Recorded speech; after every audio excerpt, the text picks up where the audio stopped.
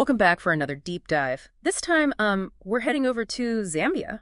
Oh, Zambia. Yeah, they are celebrating 60 years of independence this year. Wow. And to kind of mark this occasion, we're going to dive into some of their infrastructure projects, pulling insights from the Ministry of Infrastructure, Housing, and Urban Development's recent newsletter. This covers the latter half of 2024. Okay. Basically, we're going to uncover, what's new, what's noteworthy, and what you should know about Zambia's transformation as they kind of build for the future. Yeah, it's a really fascinating time for them. All this growth and development, it's not just about the projects themselves. Right. It's about their ambitions for the economy and, their position in the region. Yeah, absolutely. It's like they're building this foundation for a new era, and, they're not shying away from challenges. No, not at all. Take the Nakonde one-stop border post, for example. It handles a lot of Zambia's trade facilitation. I think it was something like 22%. Yeah, around there. And I heard that it used to be a real bottleneck. Oh, it was. Yeah. Trucks stuck for days sometimes. 60 hours just waiting to get processed. Wow. Yeah, it was a nightmare for the supply chain. Businesses and consumers, everyone felt the impact. So what'd they do? I mean, did they just completely redo the whole thing? Well, not a total redo, but a serious upgrade. Phase one's done. They brought in a high-tech cargo scanner. This thing can process over 100 trucks an hour. Wow. 100 trucks an hour? That's amazing. That's faster than my local coffee shop on a Monday morning. Right. And they've built a dedicated truck parking yard to help the flow of traffic. So what's the actual impact in terms of processing time? Well, they've got it down to 10 hours. It's a huge improvement, not just for Zambia, but all the countries that rely on the Dar es Salaam corridor. Right, because that's such a vital trade route. It links Zambia to the Tanzanian coast. Exactly. So this efficiency boost benefits everyone along the way. It's a real game changer. Oh, definitely a game changer. And speaking of changes, they're really taking this anti-corruption stance seriously. Oh, for sure. And it's so important with these large-scale infrastructure projects, Right. They've got these two new policies. First, there's the whistleblower protection policy. Yeah. It's in line with the Public Interest Disclosure Act and all the international standards. Right. So it's basically encouraging people to come forward if they suspect anything's off, Yeah. And the second is a conflict of interest policy to keep everything transparent and make sure decisions are in the public interest. So they're basically saying we're doing things the right way. We want everyone on board. Exactly. And, it's been noticed, the Anti-Corruption Commission, they publicly praised the ministry, for taking these steps. That's great. Yeah, it's really promising. It shows a commitment to good governance and responsible development. So let's talk about the money. How are they funding all this? Yeah. They're turning to public-private partnerships, PPPs to get it done. Exactly. They're a key part of their strategy. Like, they just finalized these deals for two massive road projects, both in the northwestern province. There's the Soweto-Kapuchi Road. It's 111 kilometers, getting a $145 million upgrade. Wow. That's thanks to Borderway Capital Investments. And then there's the Mutanda-Kasempa-Kama Road. Part of the Western Corridor, 371 kilometers. It's pulling in over $326 million from the Baratsi Highway Limited Consortium. Wow, those are serious projects. But they're more than just like stretches of pavement, right? Right, they're vital. I mean, it's about connecting Zambia, to its neighbors, boosting trade, and unlocking resources. Right. The Soweto-Kapuchi Road is a good example. It's a direct link between Zambia and the Democratic Republic of Congo. Oh, wow. Yeah, it opens up huge potential for mining, agriculture. Right. And both of these projects are set up these 25-year concession periods for the private partners. So they're in it for the long haul. Exactly. So they're really focused on regional ties. Yeah. But what about inside Zambia? What's going on with Kapiri and Poshi? They want to make it into this major hub. It's a huge project, really ambitious. Think of it, a modern city, infrastructure, logistics, like a model for Zambia.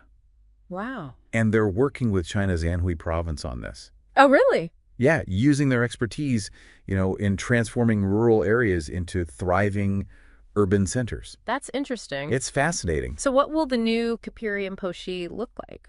Well, they want it to be an international trade center, or a big logistics hub.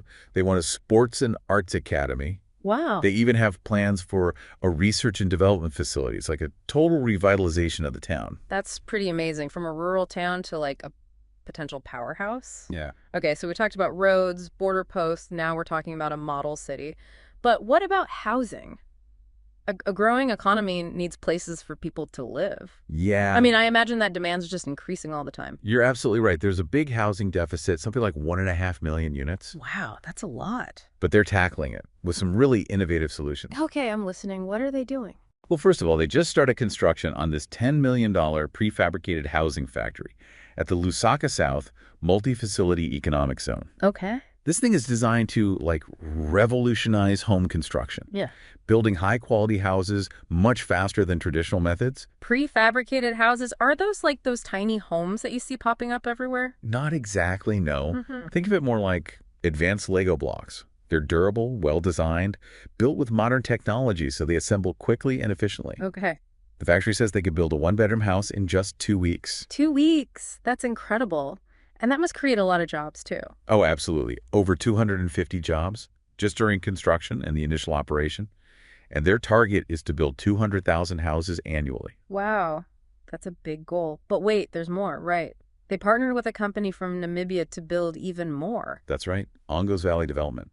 They signed a deal to build 100,000 houses across the country. It's a huge undertaking. Wow. The first phase focuses on the Lusaka South MFEZ. They're going to build 10,000 units there. 10,000. That's incredible. What kind of options are there? Are they all for sale? They have different options to meet different needs and budgets. They have purchase plans, rental options, even rent-to-own schemes. They're telling people to go to the ministry's website to learn more and register their interest. So they're making home ownership accessible to more people. That's great. It sounds like they're really doing a lot. Oh, there's a lot more to talk about. All right, let's dive in. You ready? Let's do it. Okay, so we've talked about houses. Now what about bridges? Ah, yes, the bridges. This is where the ACR Bridge program comes in. The Road Development Agency, the RDA, has this plan to build 131 bridges across 7 provinces. Wow. And these bridges, they're all about improving connectivity in rural areas, places where access is a challenge, ACR bridges, those are the portable ones, right? Yeah, the prefabricated ones, they're really durable and easy to put together, perfect for improving access quickly, especially in those more remote areas. It sounds like a good fit for Zambia. Yeah, it really is. There's a great example, actually, from the Kabompo district. It's in the northwestern province. They just finished the Kasombo and Malala bridges there. How hard was it to get around there before they built the bridges? Well, imagine this. It used to take 5 hours to drive 119 kilometers. Wow, really? 5 hours? Yeah, that's less than the distance between New York City and Philadelphia. So those bridges are making a big difference. Oh, yeah, huge difference. They're opening up access to markets, healthcare, education. It's easier for people to just connect with their neighbors. So those bridges are like lifelines for those communities. Exactly. And it all ties back to that presidential delivery unit we talked about earlier. Right, the one that's all about tangible results. Yeah, it's about getting things done, making things better for people. And the RDA, they've got a lot going on. Oh, yeah, tons of projects. There's the Lusaka-Ndola dual carriageway, massive undertaking. And they're rehabbing the Ndola-Sakania-Mufulira Road. Plus, they're working on the border infrastructure there to ease congestion at the Kasumbalesa border post. So it's about connecting Zambia internally as well. Exactly, and connecting with its neighbors, boosting trade and all that. Now, speaking of neighbors, the newsletter also mentions regional cooperation, right? Yeah, that's a big theme for them. Can you give us some examples? Well, the Kazungula Bridge is a great one. It's a joint project with Botswana, Oh, right. and they're trying to make it a one-stop border post to streamline trade even more. Plus, they're finalizing the Kazungula Bridge Authority to oversee everything. So they're thinking about the long term, too, not just the construction itself. Exactly. And another example is the Ndola-Sakania-Mufulira Road and border post project we talked about. It's all about boosting regional trade and economic growth. So Zambia is really stepping up as a key player in Southern Africa. Yeah, definitely. And they're not just building, they're forming these partnerships, thinking strategically. And speaking of thinking strategically, the vice president, she had some interesting things to say about the role of architects in all of this. Oh, yeah, she called on them to step up, right, to embrace these challenges. Exactly. To be at the forefront of sustainable urban development, innovation, shaping the future. The minister also weighed in, stressed the importance of high standards, project management, design. It's all about quality, expertise. It's a powerful message. It's not just about building, it's about designing for the future, sustainability, innovation, making sure these projects have a positive impact. That's it. It's about leaving a legacy that goes beyond the buildings themselves. One that considers the environment, society, the economy. building for people and the planet, building for the future. And that's a perfect segue into the next part of our deep dive. Okay. We're going to be looking at those very themes: sustainability, innovation, the human side of all this development. I'm excited to explore that further. What about you? What stands out to you so far? It's really impressive how Zambia is approaching all of this with such a collaborative spirit. It really is. It shows they get it, that collaboration is key, especially with projects this big. Remember when we were talking about those policies to fight corruption? Those are perfect examples of how they're collaborating internally, bringing the government, the private sector, even citizens together to make sure everything's transparent and accountable. It's like they're building a culture of integrity, right alongside these buildings. Exactly. And it's more than just rules. It's about that shared responsibility. When everyone's invested in making it work, things are done right. And it goes beyond Zambia, too, right? They're working with all these international partners. Yeah, definitely. Organizations, banks, companies all over the world. The African Development Bank, they're supporting a bunch of projects. And the European Union's funding some initiatives, too. So they're really smart about using these partnerships to reach their goals faster. Exactly. They're getting that global expertise, the funding, attracting investment. It's a smart strategy because it acknowledges that we're all connected.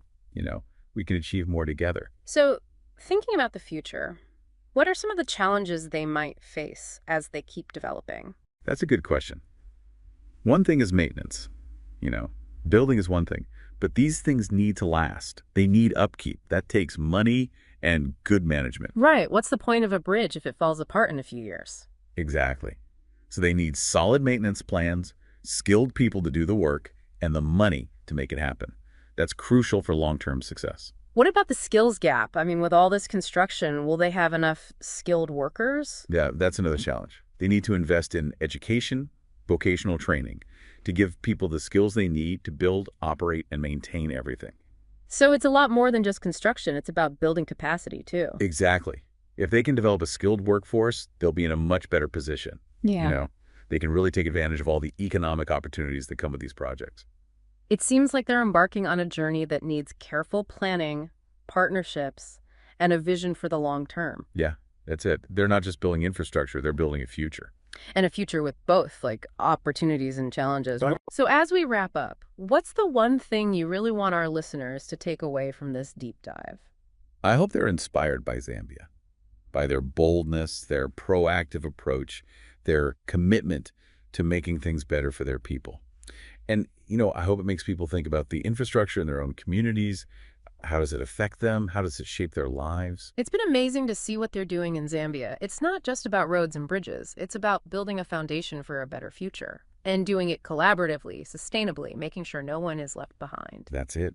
Infrastructure isn't just about concrete and steel. It's about connections. Yeah. Connecting people, creating opportunities, building a shared prosperity. And that's a goal worth working toward.